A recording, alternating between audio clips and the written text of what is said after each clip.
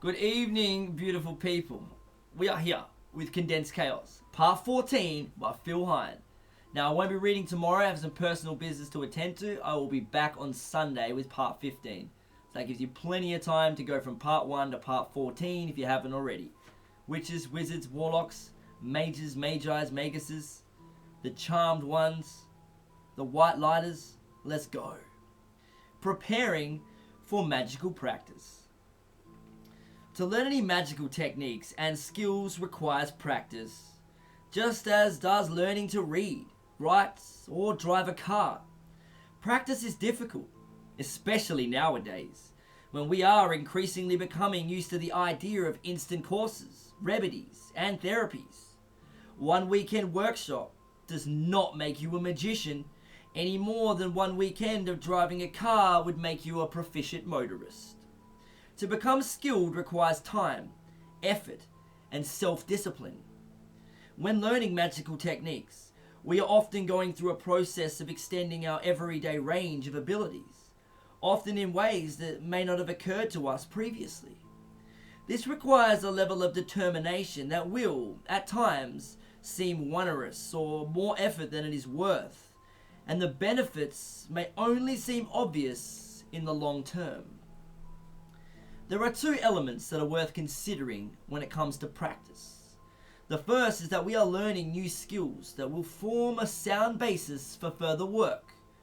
There is little point attempting to work entirely on the astral plane if you cannot sit still for 5 minutes or hold an image in your mind's eye without wandering off onto another track. Practice requires discipline, and the growth of self-discipline is in itself a powerful magical ally. If nothing else, be assiduously doing something when you have promised to yourself that you will do. You are increasing your confidence in your ability to do things, and confidence is a key to successful magic. The second element to consider is that in setting yourself a goal of regular practice, you are pitting yourself against what is probably your most deadly magical adversary, your own inertia. If you have a conversation with yourself that you are lazy, unable to concentrate, and can never finish tasks off, then the only way to break out of that self-imposed limitation is to set yourself a regular practice and do it. You may well be surprised at your own ingenuity in trying to wriggle out from doing the practice, that it'd be much better to have a lie in that get up and meditate, that you'll do it twice tomorrow for missing out today, that you don't possibly have the spare time. At times, the limitations we impose on ourselves seem to have a life of their own. They resist being changed by fighting against the changes that we are trying to make in our own lives. It may be that if we do not find a new task difficult and imposing on everyday life, we are not taking it seriously enough. Only when we take up something that threatens our established patterns do our limitations seek to preserve themselves to the fact that you might be coming up with attractive excuses to keep you from practice can be taken as a good sign. But the only way you will change the pattern is to keep trying until you change it.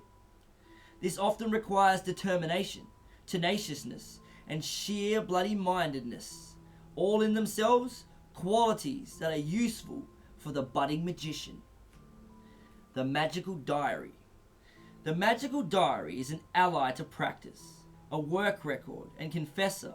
Astronomers often say that if it wasn't written down, it didn't happen. And this is a good axiom for magicians to take up. Keeping a magical diary is a good habit to get into, enabling you record all of your attempts to different exercises and techniques, any ideas and insights that arise from them, and anything else that you find significant. Years later, you might look back at your early attempts and squirm uncomfortably, but equally, you will find that having a record of work in this way is very useful, since magical ideas and insights often loop back into earlier experiments. It is not unknown for magicians to start developing an idea, put it aside, and come back to it years later with a fresh understanding and insight into what it was about. The same thing tends to happen with books. You might read a book and have no idea what the author is really saying, then come back to it later and find that in the light of your accumulated experience, it makes much more sense. It is also worth bearing in mind that as most magicians bring their own insights and personal views into developing their own approaches and specialties in magic, a diary is a record of your doings that one day historians might find a valuable document. You should choose a method of keeping a diary which is most convenient to you, such as in a bound blank page book, a ring bind folder, or even on a computer disk.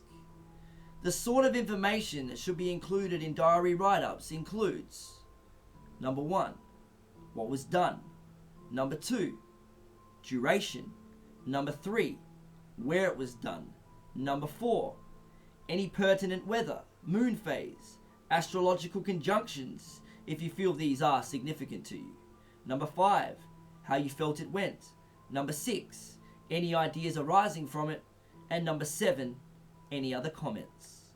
Some magical teachers and groups insist that students be prepared to present their diaries for scrutiny.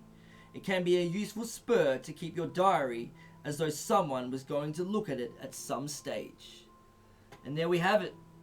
I will see you all on Sunday for more Condensed Chaos.